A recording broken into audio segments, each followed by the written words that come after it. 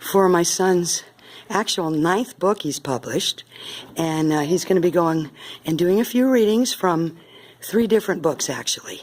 So thank you so much, everybody, for coming, and I just can't say how much I'm proud of my son. So go for it. Well, thank you, and thank you all for coming. It means a lot. Really having found my passion with a lot of the writing and stuff, it's nice to be able to, just share some conscious thoughts and questions and ideas and start some conversations, because really that's the whole idea. So I guess I can just get right into it here. The first, I actually put out 3 books this year. One of them, actually 2 of them being collections of the little daily blurbs I have on my Facebook and my website. And so I have a collection from 2014 and 15, and then one from 2016. So I'm going to read a few out of this, and they were kind of read like journal entries and stuff, so I have the dates on them, but I'll be reading the dates with it, and it's just interesting to hear how past thoughts can still stick in the present, so away we go. Okay, so this first section is from November 26, 2014. If people understood what united we stand and divided we fall really means, prejudice, subjugation, and persecution wouldn't exist. The thought that a specific group is the problem wouldn't enter our thought process, because we'd realize most of the world's problems are extensions of ourselves. Now, this next one appears Christmas Day 2014. This past year has certainly been a challenge, whether it was wars, shootings, the economy, or ever-widening wealth, philosophical, religious, and political divisions. Major change is afoot, and we can consciously evolve by using advances to bring us closer together. We can also choose to resist change by fighting tooth and nail to keep things the way they've always been, which pulls us farther apart. What makes us human brings us closer together. This realization doesn't force revolution, it breeds evolution. And so the next one I'm going to be reading from is a little shorter, but it's to the point, January 2nd, 2015. If we don't know what we have until it's gone, how can we flip that around so we know what we have while it's still around? One word: gratitude. And the last little section from this one I'm going to be reading, January 10th, 2015. If we want to take divisiveness out of our politics, we need to take divisiveness out of our lives. If we want to inject thoughtfulness, accountability, and humanism into our politics, we need to inject thoughtfulness, accountability, and humanism into our lives. We create politics and politicians. They don't create us. If we want to change our political system, we must change ourselves. So that's 2014, 2015. Now I got a few from the next one. Got to give her, a little taste of each of the ones I did. Can't believe it's 3 books this year. It's a lot. Worth it. Okay, so this first one is from January 2nd, 2016. If the scales of justice are lopsided one way or another, does either side receive justice? If a rich person gets away with running somebody over and killing them while drunk, and a poor person gets convicted of manslaughter, does either receive justice? If a police officer gets away with shooting somebody of one race because they were scared, but goes to prison for shooting somebody of another race, even though the circumstances were exactly the same, does either receive justice? We have major race and class issues that have been around since the beginning of time. With that said, if we ever hope to get past them, criminal penalties must be the same no matter the color of somebody's skin or how much money is in their bank account. Accountability through humanism is how we level the playing field and clear the roadblocks that prevent us from evolving. None of us have justice until we all have justice. None of us are accountable until we're all accountable. So the next section I'm going to read here is January 5th. There's a lot of good ones in here. Sorry, maybe I'm a little biased, but okay. Okay, January 5th, 2016. If we're told that our guns are being taken away, but no evidence exists beyond anecdotes, where does that leave us? If we're told that we're being overrun by radical Muslim terrorists when statistics show more people are killed by radical Christian terrorists, where does that leave us? If we're told that so many people are flooding over the Mexican border that we need to build a wall, when statistics show most illegal immigration takes place by people from Europe and Asia overstaying their visas, where does that leave us? You know where I'm going with this. We're told a lot of crazy stuff about the threats we face, most of the time to push an agenda. We must realize that fear and racism clouds our critical thinking, causing us to blindly follow whoever yells the loudest. Our biggest threat isn't guns, terrorists, or immigrants. It's us not asking critical questions. So the third one I'm going to read from here, January 22nd, 2016. If a smiling blue sky is all we see, are we ignoring everything else? If positive thoughts of the beauty surrounding us are the first thing on our mind, are we deleting all others? Are we changing our perception so as to not blind ourselves, but to truly see life and what's important? Some of us get blinded by the light when we only see what's positive and bright because it gives us the false impression that it's the only thing that exists. When something bad does happen, it might cause us to go into crisis mode because we don't know how to handle it. Some of us choose positivity, realizing it's not sunshine and roses all the time. When we breathe beauty into our soul, it carries us through the bad times, which become shorter and leave a smaller footprint. How we perceive life is how we live it. We just have to ask ourselves what produces the best results. So the last section here I'm going to read, March 18th, 2016. If we really are America the Beautiful like we claim, do we remember how to crown the good with brotherhood from sea to shining sea? Does our brotherhood only include people who think, look, and act like us? Do we comprehend the full definition of brotherhood, which includes brothers, sisters, animals, and all other living things on the planet? We can claim all day long that we're accepting of people, and as long as somebody has the courage and determination, their mind can help them achieve anything. However, if our actions are utterly detrimental because we believe life, liberty, and the pursuit of happiness only applies to us and not those weird, stinky people with strange beliefs, then we have no idea what brotherhood really means. We prove that we cherish brotherhood with our fellow man by not just talking the talk, but walking the walk. We stay American by continually taking steps forward. So that's those are my little collections there. And now I'm going to read a few sections from the fourth novel in my Search for Truth series, A Rude Awakening. Now, I wanted to give a quick little recap just of the series, kind of where we, bring us kind of up to speed.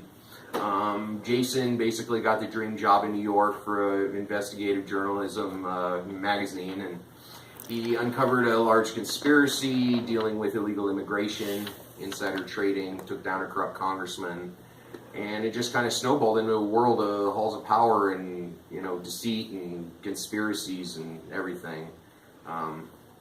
He ended up meeting up with his long-lost girlfriend just through synchronicities along the journey. They end up taking down the president by the end of the book, and so afterwards they're on the run. Second book starts. They follow a secret postcard to Cuba. They discover a secret technology that's being developed to help aid the worldwide drought, to bring water from the East Coast to the West Coast, actual water pipelines that might benefit people, snow, and just something that could basically desalinate water immediately. Maybe it's my dream, whatever, but got to put it out there. And so the third book basically starts where Jason and Christina, my main characters, are kidnapped, and then they get kidnapped by the kidnappers, and they end up in Jerusalem. The book has to do basically with private armies and militias, and that always led back to the Mossad for me for some reason. So they end up there. They get basically in the middle embroiled of this, the Palestinian-Israeli conflict, dealing with militias and these private armies that basically want to take over the pipeline and take control of it because they see the billions and billions of dollars that could be made. And so, they stop a secret arms deal. They aid a little bit in the what they could, in Jerusalem. And the third book basically ends where they're just relaxing at their humble cabin, having a drink and a smoke, and Christina goes to take a drink of water and she collapses. So the new book basically starts with Jason taking her to the hospital because he pretty much discovers that she's been poisoned. So that's close to where I'm starting off now, although this section is basically after Jason has just brought Christina to the hospital, and he walks out confused and scared because she basically got abducted to a secret lab for testing. And so now he's kind of freaking out, not sure what he should do. And a note, kind of like one of those scary notes, was left on his bed or whatever. But so, anyways, we'll just get right into it. Excuse me. The stars and bars were a rallying cry of a bygone generation. The fact that the symbol inexplicably returned in defiance of expanding human rights would make the founders roll over in their graves. Well, not roll over in their graves as much as wonder if the defiance evolved from them. Did the freedoms laid out in the Constitution allow for such free will and thought that eventually the strongest and smartest would vacuum up all the power? The idea that the rebel flag wasn't used since the Civil War and was only reintroduced during the 60s as a response to free-thinking hippies didn't stop some from claiming a pride based on not asking questions. What's going on in this country when I can't even walk down the street without getting harassed? Vehemently spouted a 30-something white working-class voter. He never realized he had been voting against his own interests for years. He railed against immigrants, how nothing is American-made, all the while wearing a shirt from China, pants from the Middle East, and earbuds blaring music which originated in a West African jungle. Do you ever think you might be getting harassed because your Confederate flag hat or your Make America Great Again shirt? Responded Jason with sincere honesty. His passion rose exponentially once he realized the greatest changes were yet to come. He also knew things were going to get dramatically worse before positive changes had a chance to be implemented. Jason had no idea what to do about Christina. He'd follow her to the ends of the earth, and figured outside the hospital amongst the original group of protesters was a good place to start to look. The fact that Jason randomly began talking to somebody whose girlfriend was abducted under similar circumstances as Christina's only made the synchronicity burn brighter. We have to find them. The note purposely left on Christina's bed said they went to Alabama. Why would they go there? Jason blasted. The dark clouds in the sky were readying for an immeasurable storm, evidenced by the eerie warmness of the air. Even though the moon shined its lunar loveliness, was it enough to invigorate people's true character? Was that the problem with America, Jason thought? I could think of a few reasons they go to Alabama, counted the 30-something salt crystal of the earth. His long brown hair would identify him as a hippie, and so would the skunky green essence protruding from his pores. He was similar to a million people Jason knew years before, which made him seem unthreatening. Just one more person on a journey to find whatever it is the human species was collectively looking for. I know a few people there. I could make some calls. I'm scared. The note said they'd be conducting tests. Well, what would they be testing? They could be testing all sorts of things. They have a history down there of testing unwilling subjects, or those they view as inferior. They're trying to advance what they believe is evolution. My name is Gary, by the way. Well, Gary, I'm Jason. I'd say let's head to the redneck capital of the redneck universe, but since you're wearing that hat, you might not see it that way, Jason cajoled. He knew humor was useful for building consciousness, but also for escaping darkness. You're right, I don't see it that way. However, you seem like a real person who wants to do good for real people. All of us have been glued to the election around the corner. It has us divided like never before. People have forgotten what makes us human, Gary warmly replied. He had liberal friends before. His most engaging and interesting conversations were with people on the opposite side of the aisle. Just standing near Jason made Gary's passion for getting back to what makes us human and how we treat each other viewable by a blind man. Gary understood as much as anybody how ego made everything go haywire. Gary, I think we're going to get along just fine. If I can befriend a Palestinian, I can befriend a redneck, Jason artfully deduced. What? Since when did Palestinians have anything to do with this? Gary wondered. Was this random guy he met at a hospital protest somebody he could work with? If their partnership fully formed, could they hold it up as an example to the world that everyone can come together, no matter how divided they've become? That, my friend, is a story for another day, Jason deflected. He'd tell Gary that story, he just had to find the right time. Priorities are funny because they make life happen out of sequence.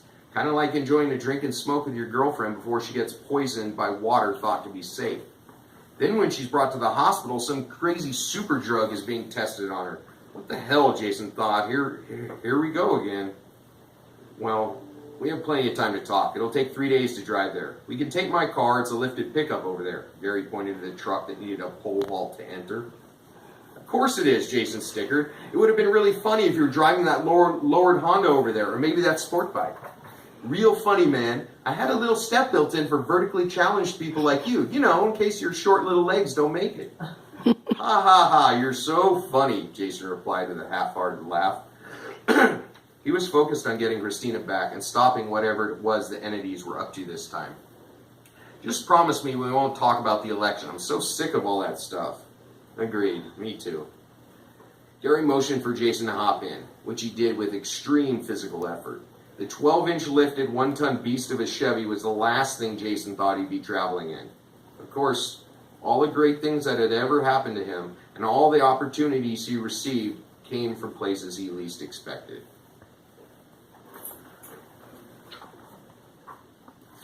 So the next section I'm going to read from here.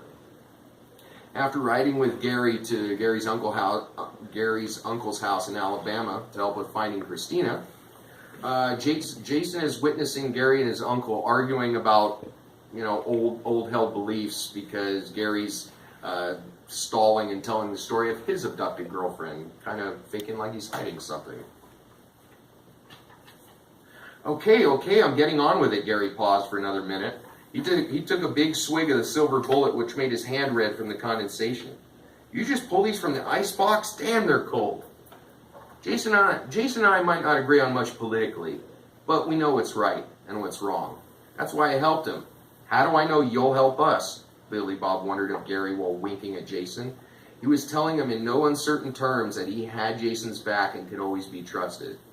Finish the story so we can go after whoever did this. Jason winked back at Billy Bob, knowing if they couldn't agree on everything, they could agree on important things. This meeting was part of letting all the built-up bullshit fade away. Part of that was the Confederate flags and Civil War regalia hanging around his entire house. They promoted a time when a whole race of people were pegged as inferior. Now was the time to see if Gary was on the same page.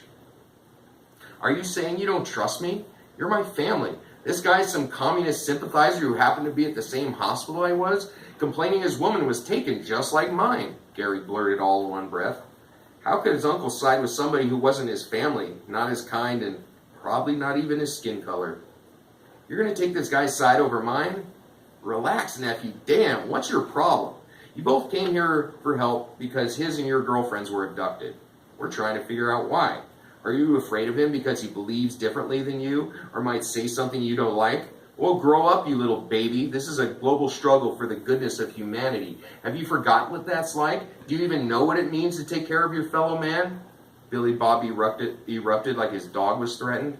He hadn't sat down after giving the guys their beers, but probably couldn't now if he tried.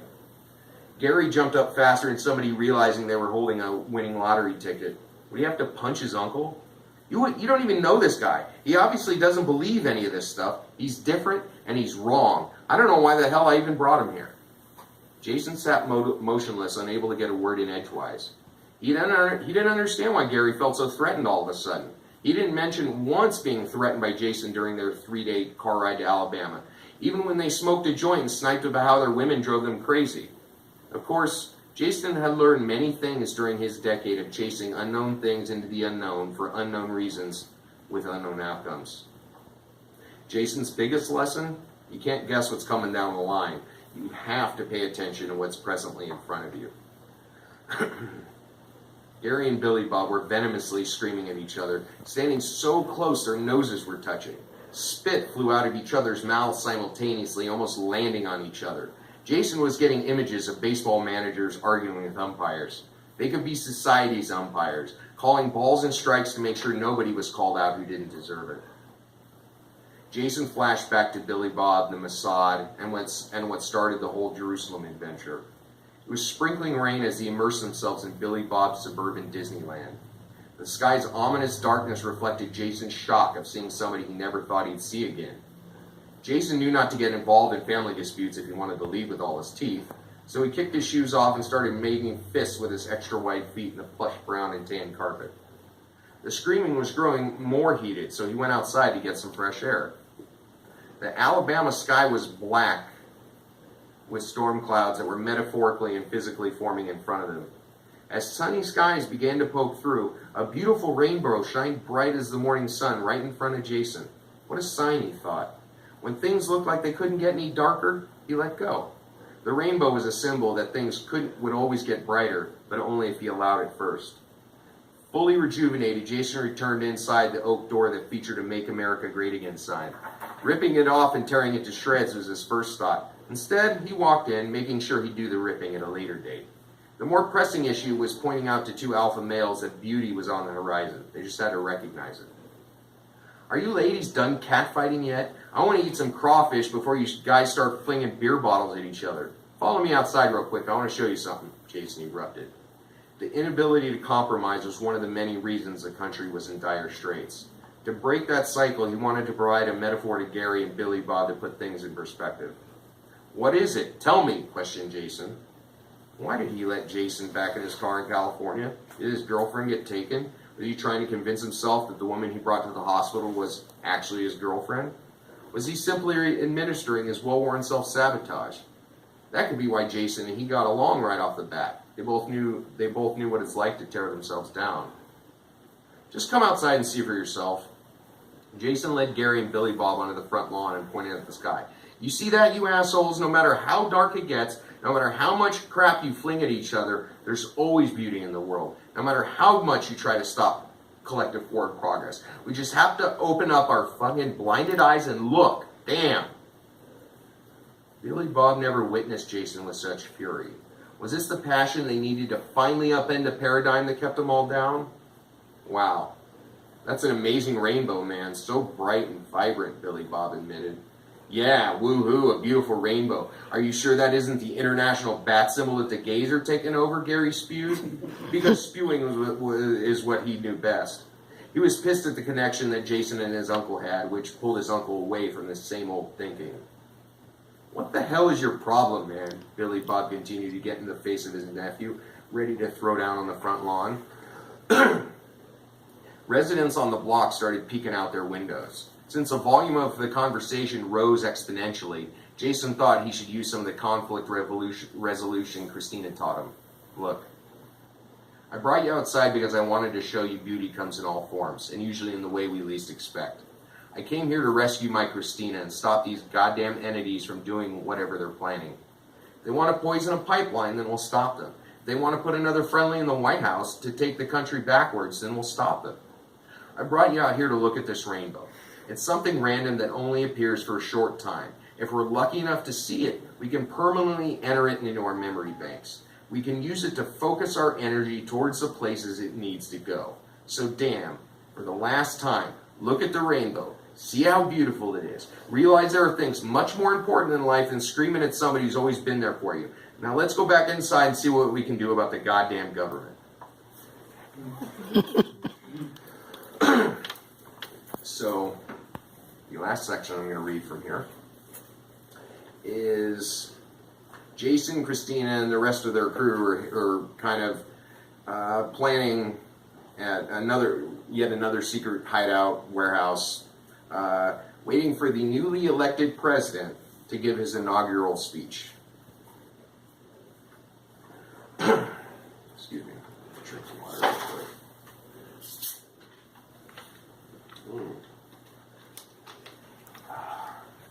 I just pulled a Marco Rubio. Anyway.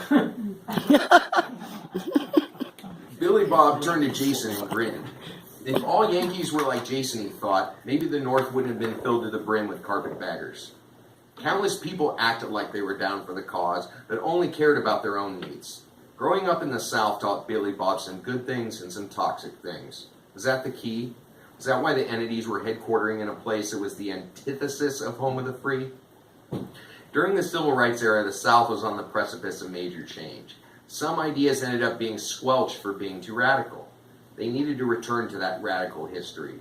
Billy Bob was about to open his mustachioed mouth as a TV came on. "I think the TV is talking," Jason described the universal looks of "How stoned are you?" "I was going to ask you how stoned you are, but judging by the eye rolls around this table, I'd say everybody already thought it for me," Ryan sarcastically replied. The entire table reveled in much-needed levity. This was something they needed to cultivate in themselves, as well as everybody else once they left the warehouse. Nobody knew what the streets would be like. Not to sound like a broken record, but some guy is talking, Jason repeated, pointing at the supremely unfunny joke about to take the oath of office. He expected nothing less than a hate-mongering marionette to be under control of Christina's mom. It's the puppet of the year. Before the rest of the group reacted, words oozed out of the 1993 barely working picture tube TV. "Having just been inaugurated a few hours ago, I'm getting used to what president means. The decisions I make and the legislation I push through affect all of us. I make careful decisions not only to benefit myself, but the whole country." Is he thinking out loud? Did he just discover that he can't benefit only himself? Christina loudly observed. She knew he was a puppet for the most radical agenda the world ever saw, but still, man, this guy is dumb. He isn't the sharpest tool in the shed. Just remember, though, half the country voted for him. Does that mean they're dumb, too? Billy Bob fired back. He was comfortable enough in his and Jason's friendship to challenge Christina, even if she was intoxicated by the most original designer drug in history. Some of the people have been dosed, some haven't. Some are rabid racists, some aren't. Painting people with the same brush led to this problem in the first place. Just as Christina was forming her rebuttal, she shifted uneasily in her chair. She didn't want to sit on her ass anymore. She was antsy for action. She wanted more than anything to stop her mother once and for all. Christina found it darkly funny that they needed to save the country first. Her mind spun with possibilities. Almost as if he was listening in on their conversation, President Bannon spoke again. "Many changes will be made in the coming days. Don't be frightened. It's all meant to strengthen our fight against terrorists, foreign and domestic." "I'll bet he thinks terrorists only have Muslim-sounding names," Jason snickered. The dark comedy wasn't lost, but everyone around the table felt the black energy spewing from the TV. "In addition to fighting terrorism, I want to create more jobs and protect the sanctity of life. We don't need half the government departments we have. I'll be spending most of my time in the South. I want to make Atlanta and Birmingham our new co-capitals. It's about time we recognize our Southern roots and make sure wars aren't fought for things we don't want. Hail to the South and hail to the North for putting me over the top." A lot of you out there might be unsure about the future. While it's true I've never held an elected office, I also haven't been corrupted yet, Bannon sarcastically droned. Since I've never been corrupted, it's my duty to present new American ideas. Well, they're really old ideas. They say that American people are special, that through manifest destiny, God wanted us to move west.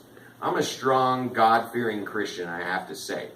God and his associates have assured me that moving the capital to the South will give America the jump start it needs. I encourage everyone to channel their rage and passionately admit what you haven't for a long time. Make sure everybody knows where you stand on everything. Don't ever hide who you are. This is a new day. We'll fight until we win, and we will win. It will be spectacular, because I'm spectacular.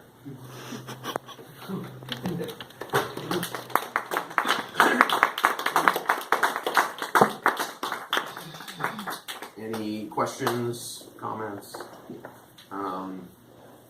If you haven't guessed, basically, I was telling you the subject of the 3 books. This one kind of deals in the South, deals with a lot of racial issues and social engineering. He does move the capital to Alabama.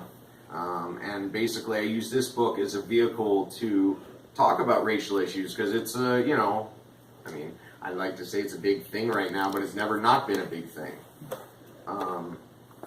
And one of the conversations I really thought was important was between Gary and his uncle Billy Bob. And I chose that name because I wanted the most stereotypical Southern name I could think of, but have him kind of be the guy that comes around on the right side in the end.